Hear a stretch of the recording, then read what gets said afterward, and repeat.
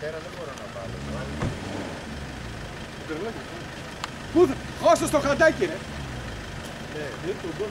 Ξύρισε τα... Γιατί, ωραία, πώς τι έφυγε. Έφυγε στο πλάι ρε μαλάκα.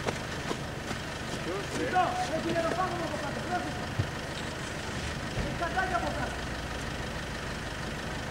Έχει εργάτη, να μην τα σπάσει όλα όμως. Μέσα θα πει τώρα. Έλα μπροστά από αυτό.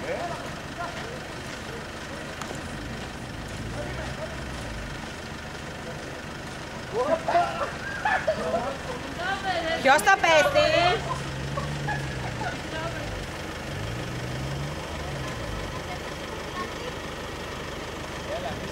Λέει, κοιτά την κάμερα, αλλά πρόσεχε. Ναι, έλατε. Θα πέσω εγώ στο χαντάκι στο τέλος, όχι ο Χρήστος.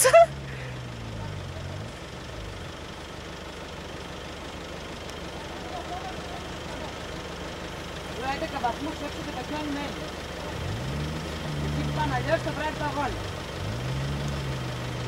Αλλά είναι ολοπάγος.